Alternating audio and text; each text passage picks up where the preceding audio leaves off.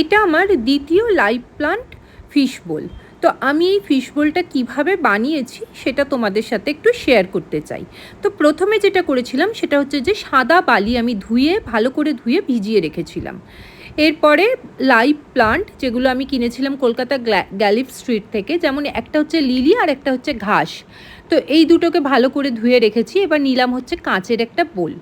এই বোলের মধ্যে আমি প্রথমে দিয়ে দিলাম হচ্ছে অ্যাকোয়াটিক সয়েল, যে সয়েলটা আমি অ্যামাজন থেকে আনিয়েছিলাম, এবং এই সয়েলটাও আমি ভালো করে ধুয়ে রেখেছি। তো এই সয়েলটা মোটা করে আমি ফিশ বোলের মধ্যে দিয়ে দিলাম, কারণ মাটি না হলে গাছ কোনোভাবেই গাছের শিকড় হবে না, রুট তৈরি হবে না। এবার যে বালিটা ধুয়ে রেখেছিলাম সেই বালিটা আমি এক লেয়ার আমি প্রথমে অ্যাকোয়াটিক সয়েলের ওপরে এক লেয়ার দিয়ে দিলাম। দেওয়ার পরে ভালো করে এক লেয়ার দেওয়ার পরে এবার যেটা করব সেটা হচ্ছে আমি এই যে ঘাস আর যে লিলি গাছগুলো গ্যালিফ স্ট্রিট থেকে এনেছি সেগুলো আমি ভালো করে এই বালির মধ্যে পুঁতে দেব। তো তার আগে বলতে চাই, তোমরা কে কোথা থেকে দেখছো এই ভিডিওটা একটু প্লিজ আমাকে কমেন্ট বক্সে লিখো, আর তা যদি পারো আমার চ্যানেলটা সাবস্ক্রাইব করে দিও আর একটু শেয়ার করে দিও যদি তোমাদের এই ভিডিওটা ভালো লাগে।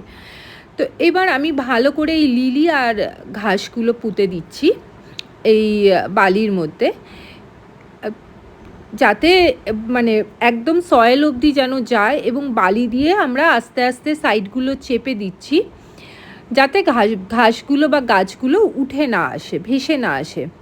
এবার যেটা করব এরপরে আমি আর এক লেয়ার বালি দিয়ে দিচ্ছি, যেমন আমরা টবের গাছে করি, প্রথমে একটু মাটি দিয়ে গাছটা দিয়ে তারপর আবার ওপর থেকে একটু মাটি দিয়ে একই প্রসিডিওরে আমরা প্রথমে সয়েল দিলাম, তারপর বালি দিলাম, গাছগুলো পুঁতলাম, পোতার পরে আবার একটু আমরা সাইড দিয়ে বালি দিয়ে দিচ্ছি।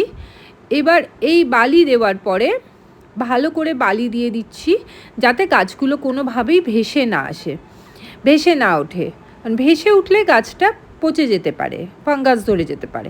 এবার আমি আস্তে করে জল দিচ্ছি, জলটা যেন আস্তে দেওয়া হয়, বেশি জোরে জল দিলে গাছের আঘাত করতে পারে।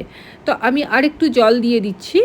অনেকটা জল দেওয়ার পরে এবার যেটা আমি করব সেটা হচ্ছে যে আমি ভালো করে ধুয়ে রেখেছি স্টোন, কালারফুল স্টোন, এগুলো আমি প্রত্যেকটা গাছের গোড়ায় দিয়ে দিচ্ছি যাতে গাছগুলো একটু মজবুত হয়, মানে রুটটা যাতে কোনোভাবেই ভেসে না আসে, বা জল পেলে বা ফিল্টার চললে কোনোভাবেই যেন ভেসে না যায়। তাই আমি প্রত্যেকটা গাছের গোড়ায় একটু করে স্টোন দিয়ে দিচ্ছি। কালারফুল স্টোন আমার কাছে ঘরে অ্যাভেলেবেল ছিল, আমি সেটাই দিয়ে দিলাম।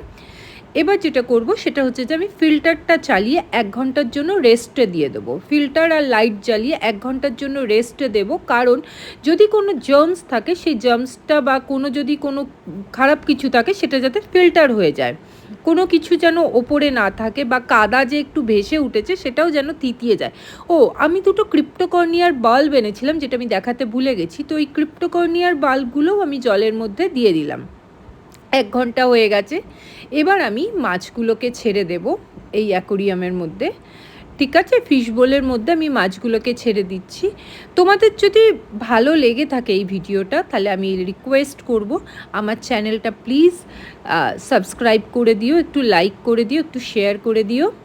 আর কে কোথা থেকে দেখছো একটু আমাকে কমেন্ট বক্সে